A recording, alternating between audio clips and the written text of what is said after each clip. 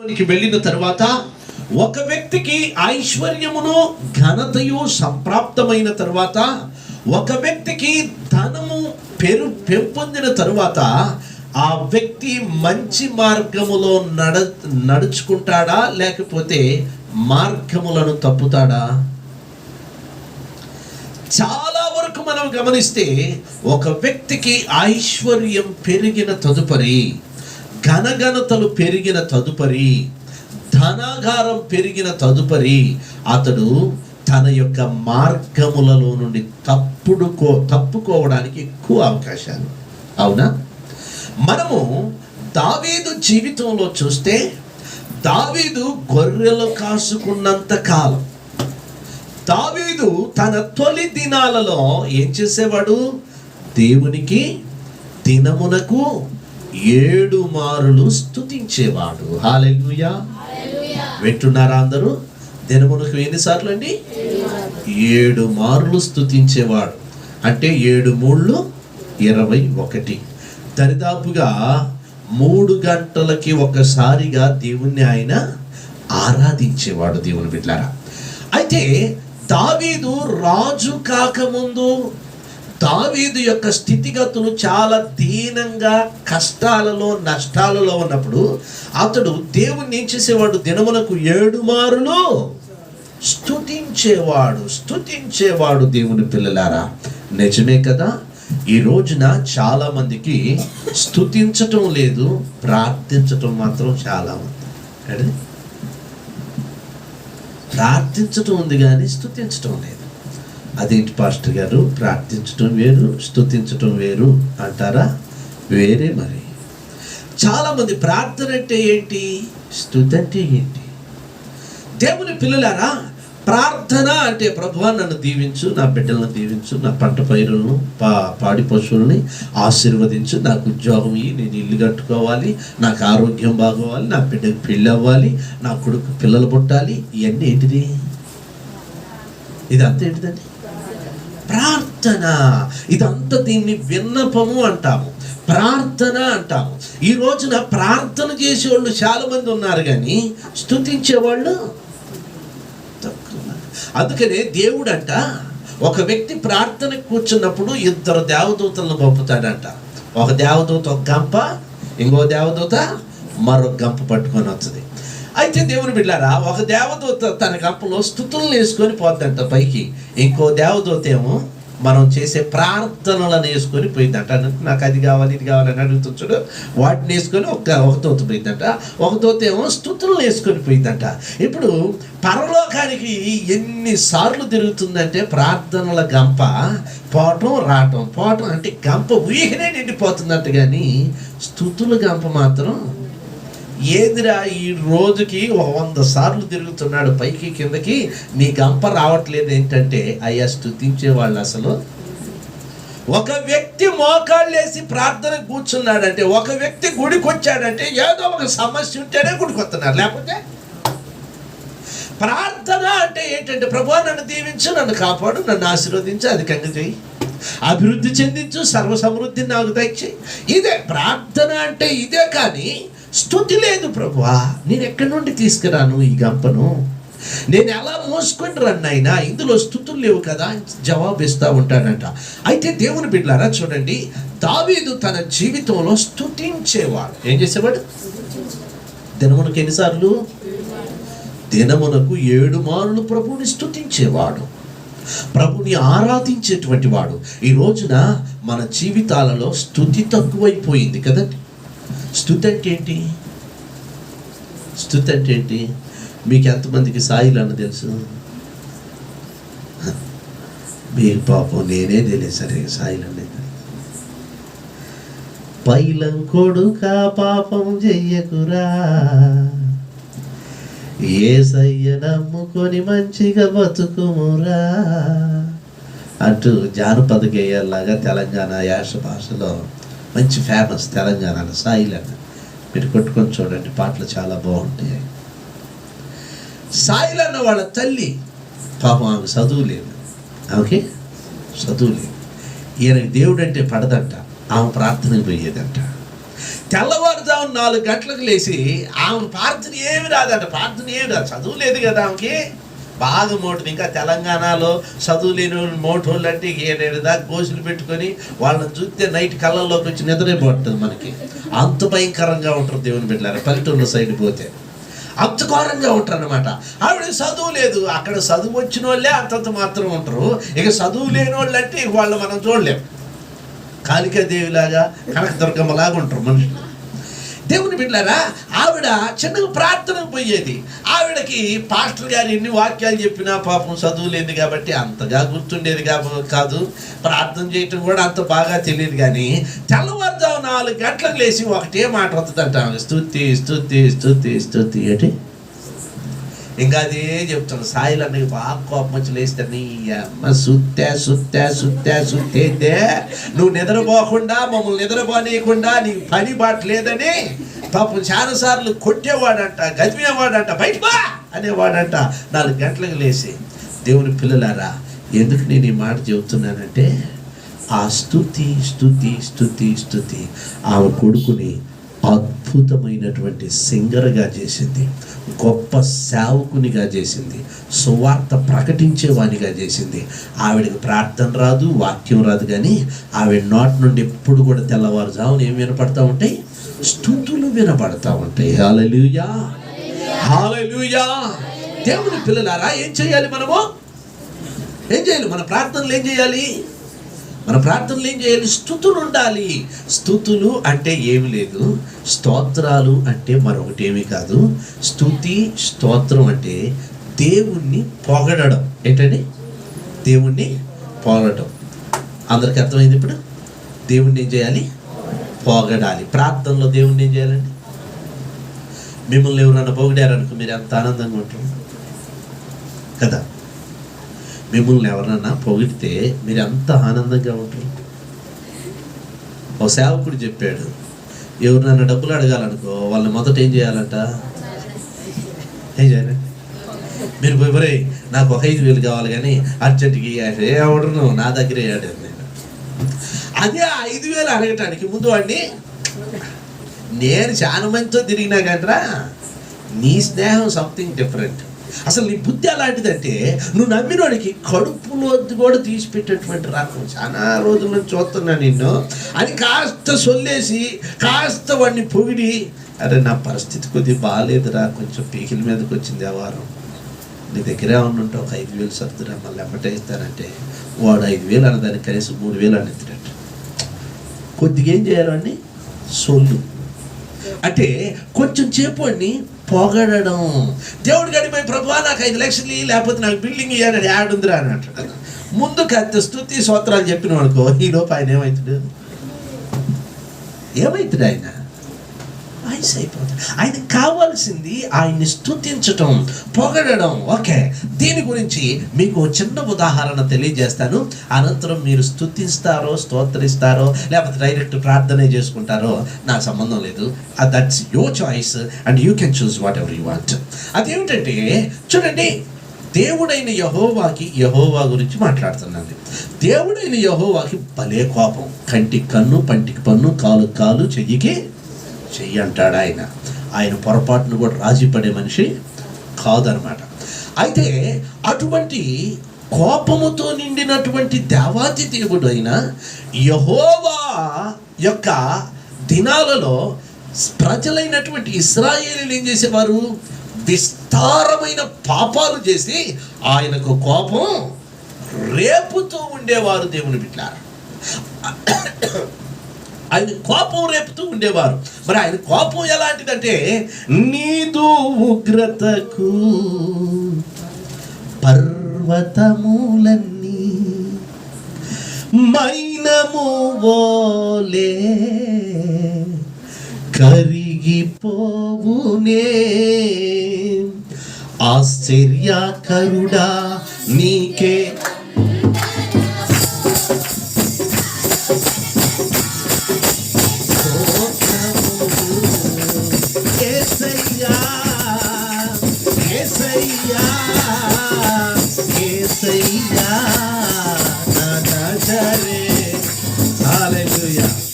మీరేం కుర్రోళ్ళు, నేనేం ముసలోళ్ళు.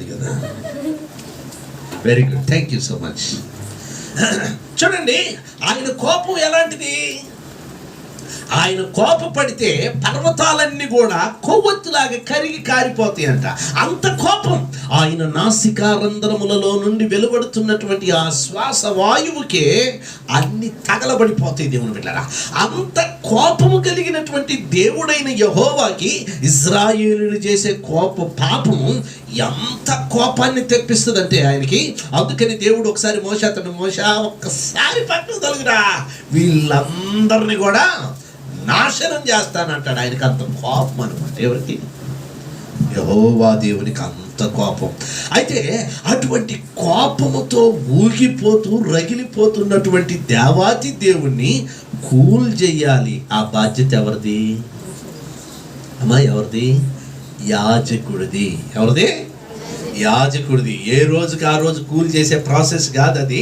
సంవత్సరానికి ఒక్కసారి పోతారు. అంటే ఈ సంవత్సరం రోజులు బట్టి వీళ్ళు చేసిన పాపాలన్నిటికీ ఆయన అని ఊగిపోతా ఉంటాడు.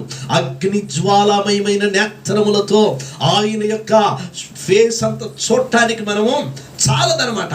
అంత భయంకరమైన కోపంతో ఉంటాడు వీళ్ళు సంవత్సరం చేసిన పాపాలన్నిటిని బట్టి. అయితే వీళ్ళ పాపాలన్నిటిని యాజకుడు ఏం చేయాలి? తీసుకొని వెళ్ళిపోయి, అయ్యా ఈ పాపాలన్నీ క్షమించు అని అడగాలి. టక్కును పోయి క్షమించమని అడిగితే ఏమంటాడు? అందుకనే యాజకుడు ఒక ప్రాసెస్ను చేస్తాడండి. ఒక ఒక ఒక ఒక కార్యక్రమాన్ని చేపడతాడు యాజకుడు. అతి పరిశుద్ధ స్థలంలోనికి సంవత్సరానికి ఒక్కసారి వెళ్తాడు. అది ఎందుకో తెలుసా? ఇశ్రాయేలీయులు చేసిన పాపములన్నింటినీ క్షమించి క్షమాభిక్ష తెచ్చుకోవడానికి ఒకేసారి వెళతాడు దేవుని బిడ్డలారా. వెళ్ళినప్పుడు అది ఎంత భయంకరంగా ఉంటుందంటే, ఒకవేళ ఈ యాజకుడు అక్కడికి వెళ్ళాడనుకో, అతనిలో ఏదన్నా పాపం ఉంది, లేకపోతే ఏదన్నా లోపం ఉందనుకో, అతడు ఏమవుతాడు? అక్కడనే పడి చేస్తాడు. అందుకని తను ఏం చేస్తాడంటే నడుంకి ఒక తాడు కట్టుకుంటాడు. అయ్యో మా పాస్టర్ గారు లోపలనే పడి చచ్చిపోయినాడు, పొద్దున పోయి ఇంకా రాలేదని నీ బోటోళ్ళు నా బోటోళ్ళు ఎవరన్నా పోయారనుకో వాళ్ళు చేస్తారు. అందుకని అక్కడికి ఎవరు వెళ్ళటానికి లేదు. యెహోవా కోపం అంత మహావేంద్రంతో ఉంటుంది. అందుకని ఆ యాజకుడికి ఏం చేస్తారయ్యా అనంటే ఒక తాడు కడతారు నడుంకి. బయట ఒక కొన ఉంటుంది. ఇక ఆ తాడుని కట్టుకొని ఇలా వస్తాడు అనమాట. వాళ్ళు పలానా టైం వరకు చూస్తారు. ఆ టయానికి కూడా ఏం రాలేదు అనుకో, గంటలు మోగుతూ లేవు అనుకో, చచ్చిపోయినట్టు అర్థం అనమాట. అప్పుడు ఏం చేస్తారంటే ఏడబడి చచ్చినటువంటి వ్యక్తిని ఆ చివరి కొన పట్టుకొని చిన్నగా తాళ్ళు లాగుతూ ఉంటే ఈ శవం బయటకు వస్తూ ఉంటుంది. అంతేగాని లోపలికి ఎవరు పోరు. దేవునికి అంత కోపం అనమాట. మరి అటువంటి దేవుడిని కూల్ చేయడానికి ఇతను అవలంబించే ప్రాసెస్ ఏంటో తెలుసా? ఈ అతి పరిశుద్ధ స్థలానికి ముందు ధూపవేదిక ఒకటి ఉంటుంది దేవుని బిడ్డలారా. ఆ ధూపవేదిక ముందు ఫస్ట్ ఏం చేస్తాడంటే సాంబ్రాణి వేస్తాడు. సమ్మిళితమైన సాంబ్రాణి వేస్తాడు. ఈ సాంబ్రాణి ఎప్పుడైతే ఆ ధూపవేదిక మీద నిప్పుల మీద వేస్తాడో, వేసినప్పుడు ఏమైందంటే ఆ ధూపవేదిక మీద నుండి ధూపం బయలుదేరింది. అంటే ధూపం అంటే పొగ.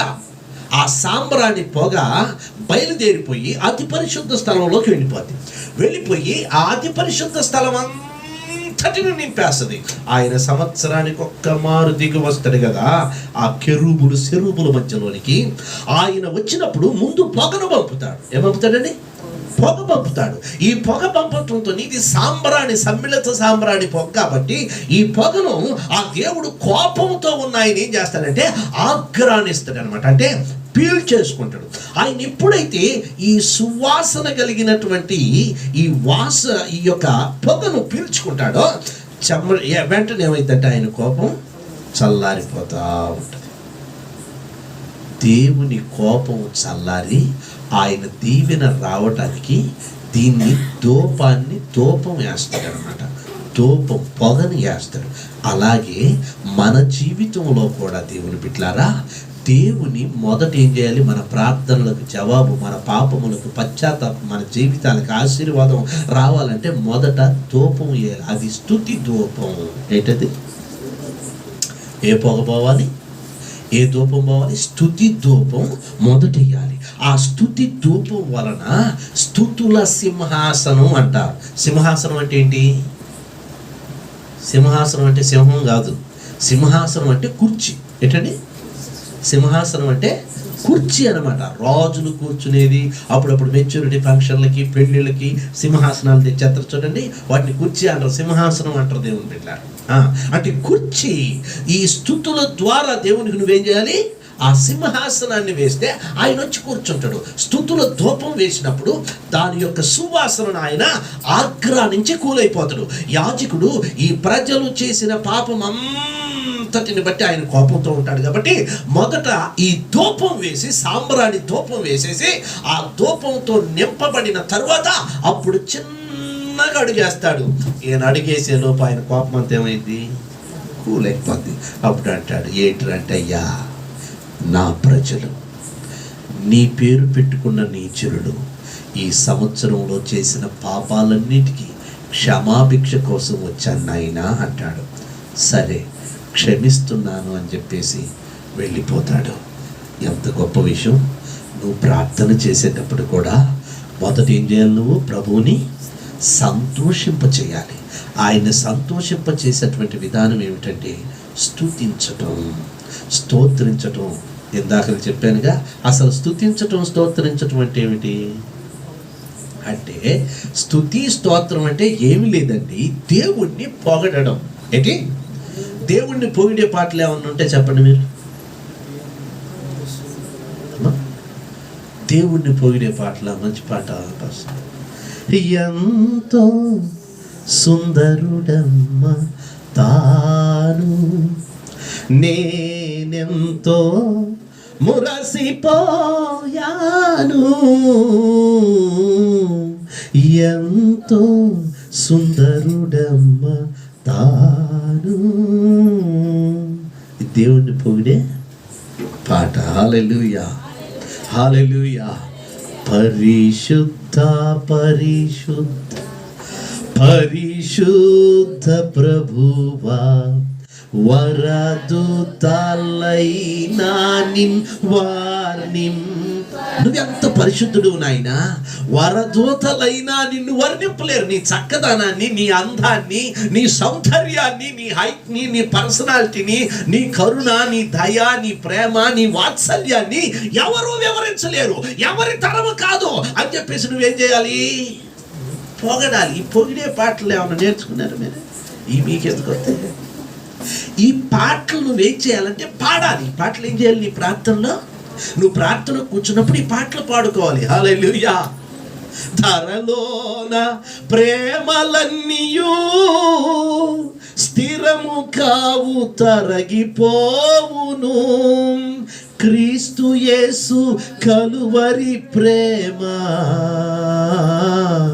కడవరకు అయ్యా, ఈ ధరలో ప్రేమలన్నీ జరిగిపోతాయి, కానీ నీ ప్రేమ, ఆయన ప్రేమను పొగడడం, ఆయన అందాన్ని పొగడడం.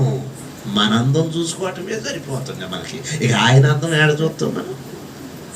మనల్ని పొగిడించుకోవటమే సరిపోతుంది. మనం రుద్దటం, మనం పొయ్యటం, మనం దూవటం, మనం రాయటమే సరిపోతుంది. ఇక ఆయన్ని పొగిడే టైం మనకు అసలు ఏడుంది? దేవదూతలు నిత్యం దేవుని యొక్క సింహాసనం చుట్టూ ఏం చెప్తారు? వాళ్ళు పలికే మాట ఏమిటి?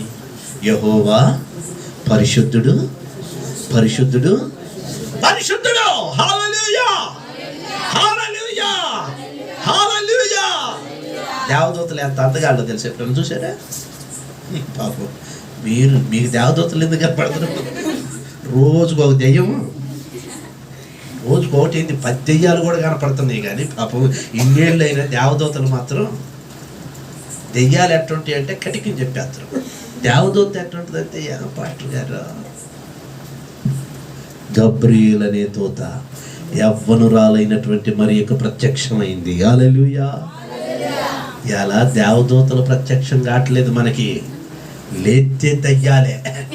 ఎటు పోయినా పోతాలే, ఎటు పోయినా శాతబడులే, ఎటు పోయినా అంతరాలు, మంత్రాలు, పనికిమాలి అన్నీ మనకి ఎదురవుతున్నాయి. కానీ పాపం ఒక్కరోజు కూడా దేవదూత కనపడట్లేదు. దేవదూత కనపడాలంటే ఏం చేయాలి? దేవదూత కనపడాలంటే? హల్లెలూయా, హల్లెలూయా. ఓకే, అదంత పెద్ద సబ్జెక్ట్ దేవుని బిడ్డలారా. సో నేను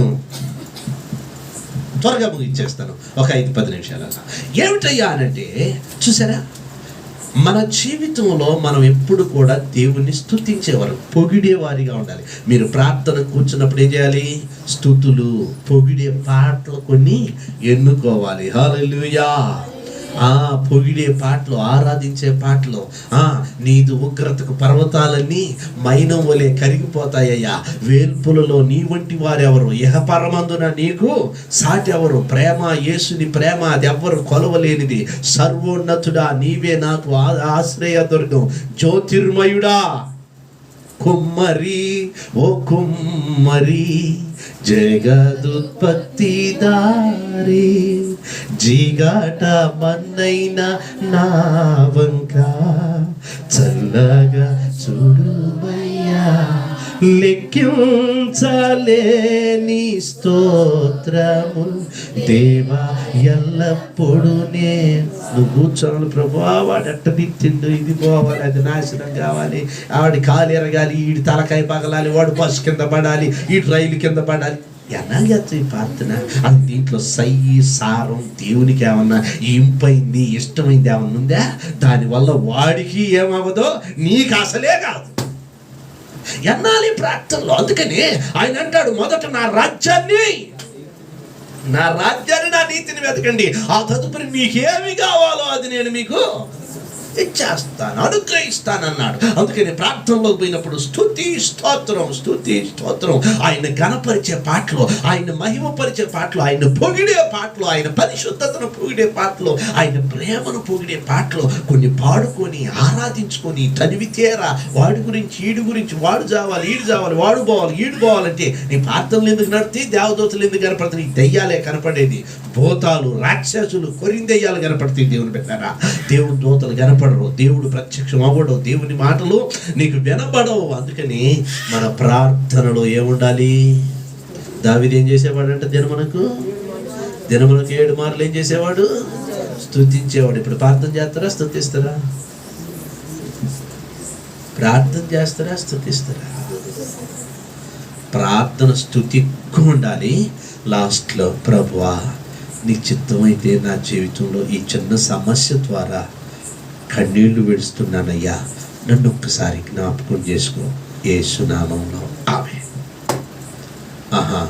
వెంటనే నీ మనవులు ఏమవుతాయి? అంగీకరించబడి. అసలు కొంతమంది ప్రార్థనలో స్తుతి ఉండదు, ఆరాధనే ఉండదు, స్తోత్రాలే ఉండదు, ఒకటే లిస్ట్, ఎంత బార్ లిస్ట్ పెట్టండ్రంటే దేవుడికే మెమరీ కార్డు, ఆయనకే ఫుల్ మెమరీ కార్డు, ఆ మెమరీ కార్డుకే పట్టట్లేదు మనం పెట్టే ప్రార్థన లిస్టులు. ఏమని ఇస్తాడు?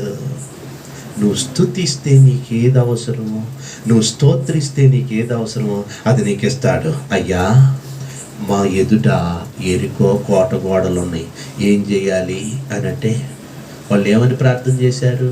ప్రభువా, పునాదుల్లో పెద్ద పెద్ద బండలు వేసినారు ఈ పనికి మళ్ళీ, ఆ బండలు, ఈ కోటలు, ఈ రాళ్ళు, ఈ మొత్తం కూలిపోవాలి అన్నరా? లేదు, 7 రోజులు తిరిగి వచ్చుటచే ఎరికో గోడలు కూలిపోయేను. జడియకుమా, బెదరకుమా, సృష్టికర్త నిన్ను నడిపించును. హల్లెలూయా. నమ్ముట వలన జీవించేదవు, స్తుతించుట వలన, నమ్ముట వలన నువ్వేమవుతావు? వారు స్తుతించుట వలన కోట గోడలని కూల్చారు. స్తుతులే కదా, స్తుతుల మూలంగానే కదా. ఓకే, మంచిది. ఇప్పుడు సబ్జెక్ట్లోకి వద్దాం. సబ్జెక్ట్ అంటే టైం అయిపోయింది కదా, 5 నిమిషాలు మీరు కష్టపడాలి. ఏమిటయ్యా సబ్జెక్ట్ అంటే, ఇతడు ఏమెన్నుకున్నాడు? నా తండ్రి అయిన దావీదు తన తొలి దినములలో ఏ మార్గములోనైతే నడిచాడో, నేనిప్పుడు రాజునయ్యాను కాబట్టి అదిగో నా తండ్రి అయిన దావీదు నడిచిన మార్గంలో, అంటే తొలి దినాలలో నడిచిన మార్గంలో నేను నడవాలి అనుకున్నాడు. హల్లెలూయా. ఒకడు రాజు అయిన తర్వాత, ఒకడు ఘనతకెక్కిన తర్వాత, ఐశ్వర్య భోగభాగ్యములు పెరిగిన తర్వాత మంచి మార్గంలో నడవాలి అని ఎవడు అనుకోడు. అందుకనే మనం కొంతమంది చూసి అంటాం, ఇంతకుముందు వాడు బాగానే ఉన్నాడు కానీ ఈ మధ్య వాడి కళ్ళు ఎడకెక్కినాయి, కళ్ళు నెత్తికెక్కినాయి. అంటే ఏమైంది? వాడికి ఆస్తి పెరిగిపోయింది. వాడి చూపుకి ఎంత ఆడుంది. ఇప్పుడు మనకెళ్ళి చూసేటట్టు ఆడున్నాడు, సుక్కలు చూస్తుంటే వాడు అంటారు. అంటే వాడి ఐశ్వర్యం పెరిగిన తర్వాత వాడికి కళ్ళు నెత్తికెక్కాయి. సరైన మార్గంలో నడవట్లే, చిన్న పెద్ద లేదు, మంచిగా మాట్లాడేది పలకరించేది లేదు, చెప్పిన మాట వినేటట్టుగా లేడు. అటు చాలా మంది కొంతమందిని గూర్చి కొంతమందిని ఉద్దేశించి మాట్లాడతారు కదా, ఆ మాటలు మీరు విని ఉంటారు. నేను ప్రత్యేకంగా చెప్పవలసిన అవసరం లేదు. యెహోషాపాతు రాజు అయిన తరువాత తను అనుకున్నది ఏమిటంటే, నా ముందు ఎందరో రాజులు ఉన్నారు, నా ముందు ఎన్నో సామ్రాజ్యాలు కూలిపోయాయి, ఎంతో మంది రాజులు తమకిష్టం వచ్చినట్లు ప్రవర్తించారు, నేను మాత్రం అలా ప్రవర్తించకూడదు. ఈవెన్ దావీదులా కూడా నేను ప్రవర్తించకూడదు.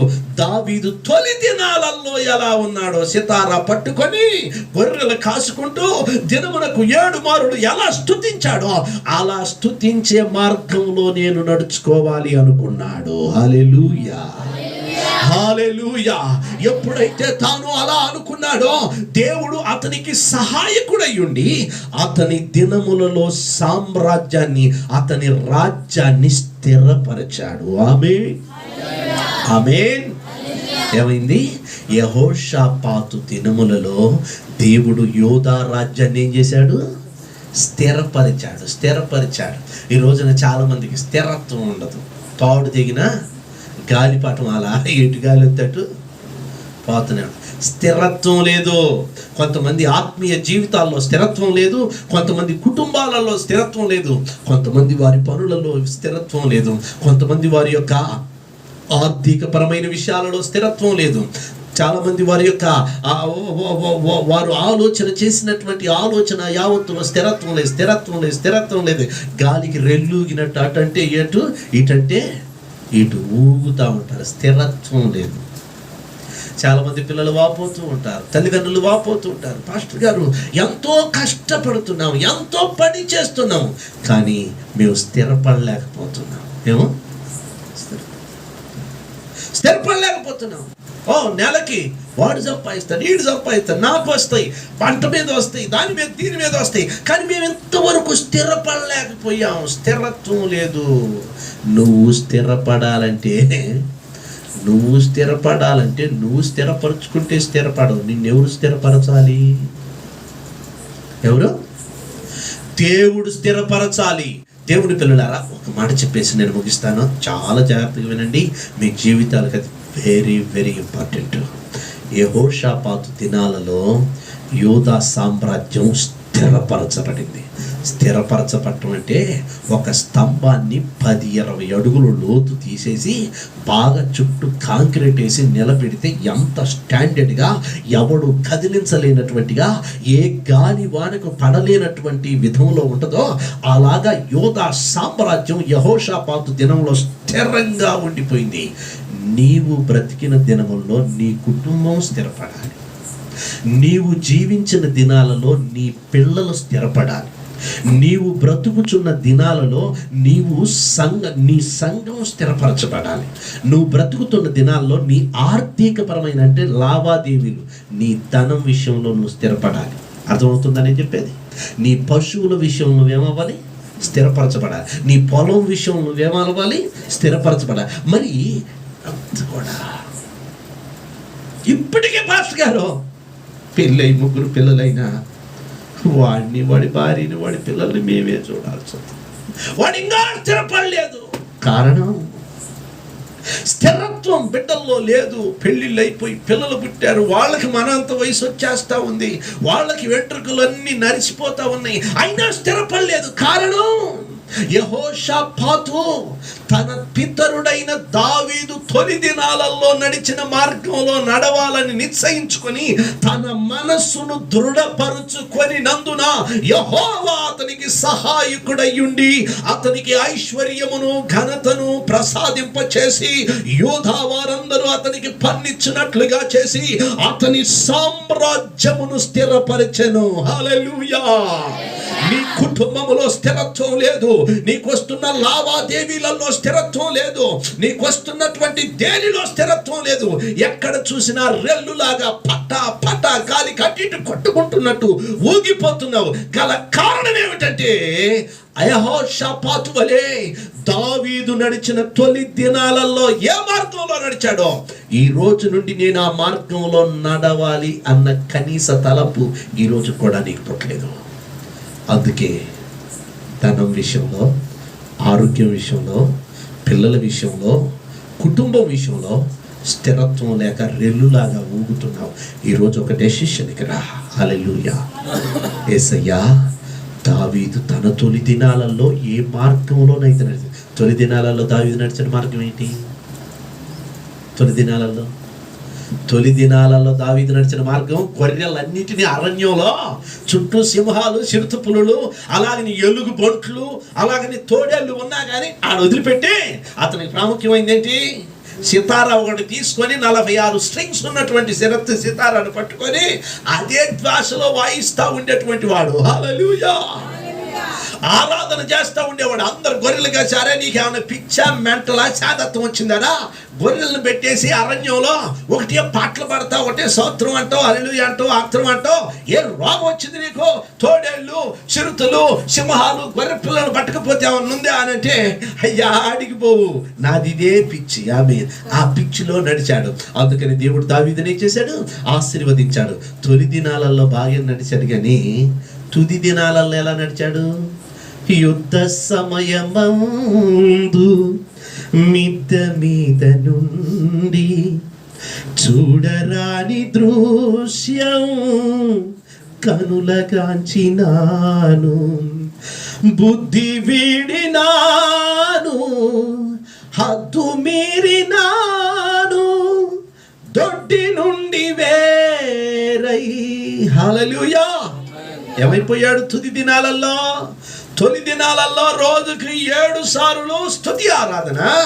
తుది దినాలలో ఇంట్లో ఉండి ఆరాధించేవాడు ఇంటిని విడిచి మిద్దె మీదకి ఎక్కడం ప్రారంభించాడు. అందుకని తుది దినాలు భయంకరమైనవిగా. అందుకని దావీదు అంటాడు, యెహోవా నీ ధర్మశాస్త్రమును గైకొనున్నట్లుగా నేను శ్రమ నొంది ఉండుట నాకు మేలాయను అంటాడు. హల్లెలూయా. యెహోషాపాతు సామ్రాజ్యం స్థిరపరచడానికి కారణం ఏమిటయ్యా అంటే, తాను దావీదు నడిచిన తొలి దినాలలో ఎలా నడిచాడో ఆ టైపులో నేను రాజునైనాక నడవాలి అనుకొని నిశ్చయించుకొని నడిచాడు. కాబట్టి అతని సామ్రాజ్యం ఏమైంది? స్థిరపరచబడ్డది.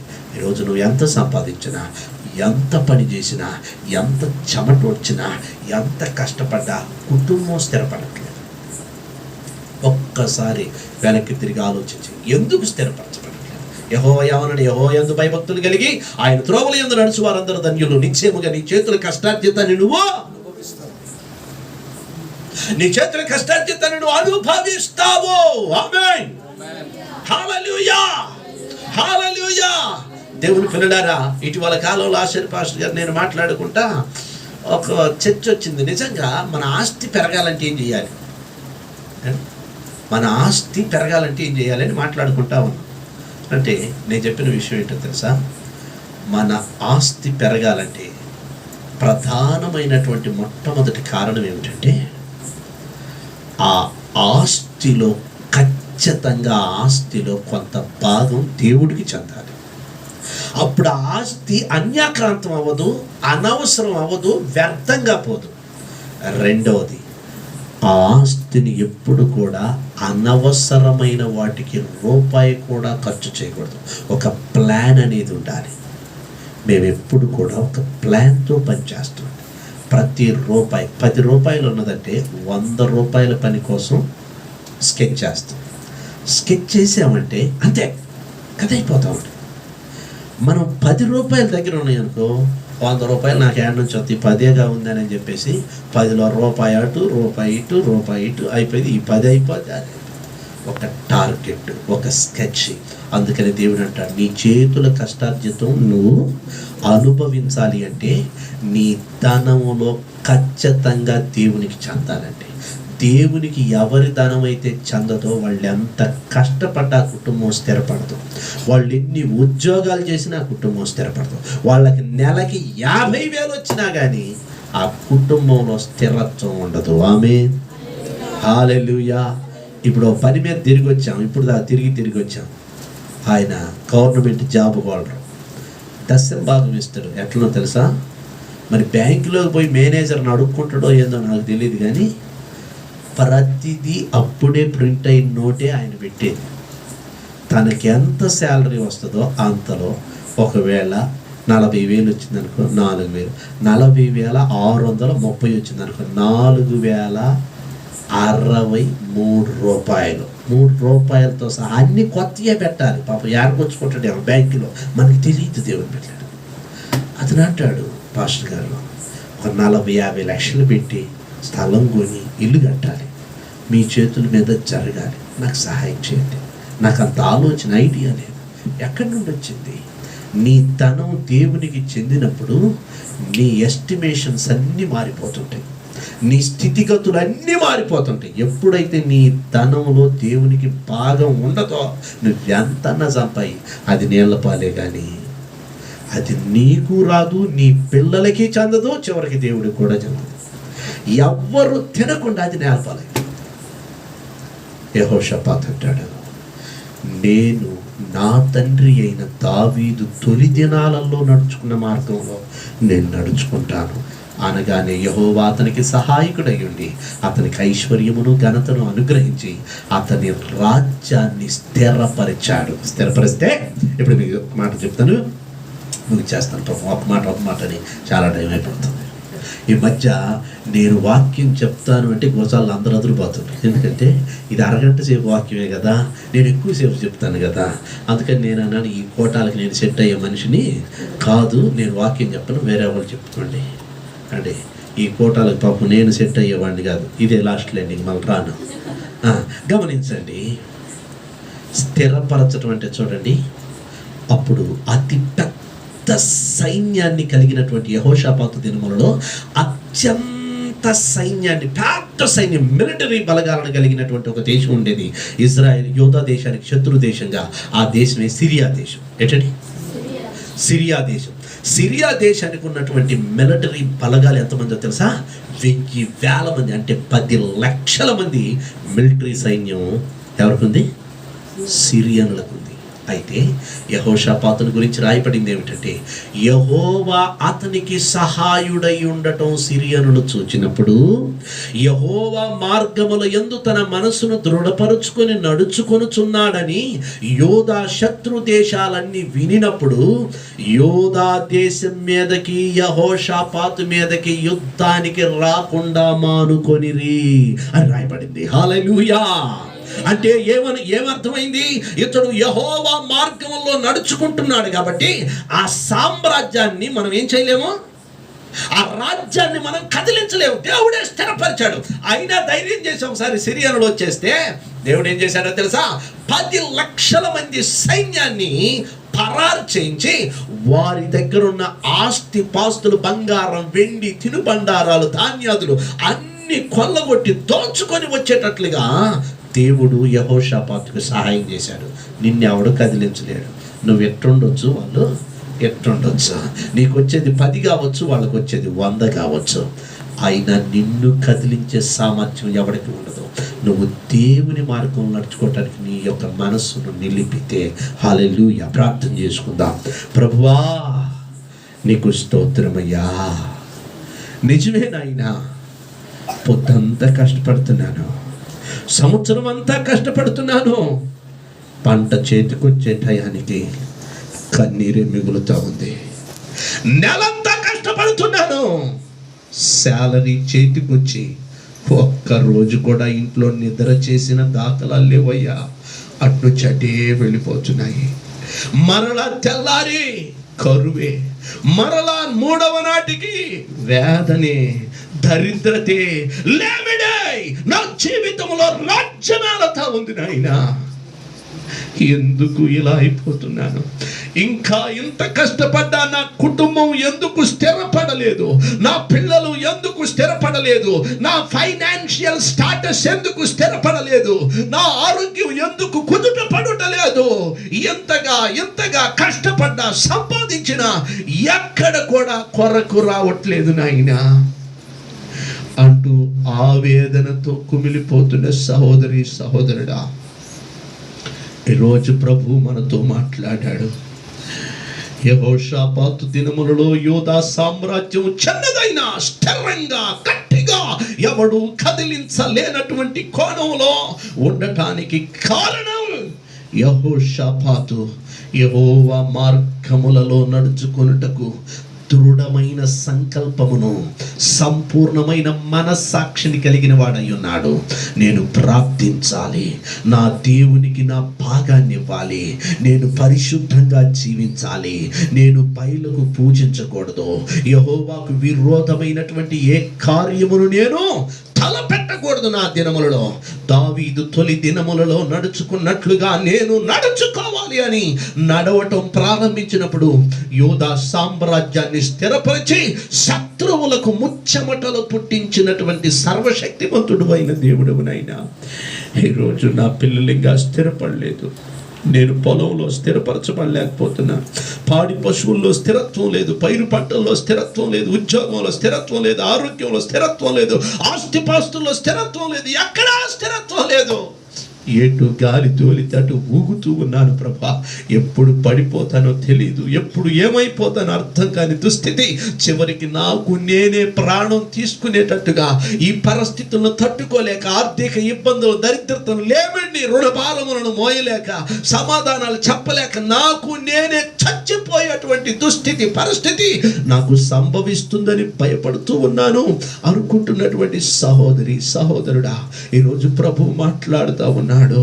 ఆయన మార్గంలో నువ్వు తిన్నగా నడవగలిగితే దేవుడు నిన్ను స్థిరపరుస్తానంటున్నాడు. ప్రభువా నీకు వందనాలు. అటు వాగ్దానమును బట్టి ఈరోజు ఒక నూతనమైన కనువిప్పు మా అందరికి కలుగు చేసి నీ కృపతో నింపి యెహోషాపాతు వలె మేము కూడా ఐశ్వర్య ఘనత పెరిగినప్పటికీ నిన్ను విడువక నీ మార్గంలో నమ్మకంగా నడుచుకున్నట్టు కృపను అనుగ్రహించమని యేసు పుణ్యనామమును అడిగి వేడుకొని ప్రార్థిస్తూ ఉన్నాము తండ్రి. తండ్రి, కుమార, పరిశుద్ధాత్మ త్రియేక దేవుని సన్నిధి సదా మనందరికీ భూలోకమందుల సకల పరిశుద్ధులకు ఇప్పుడు ఎల్లప్పుడు తోడై ఉండి నడిపించును గాక. Hallelujah. Praise the lord. God bless.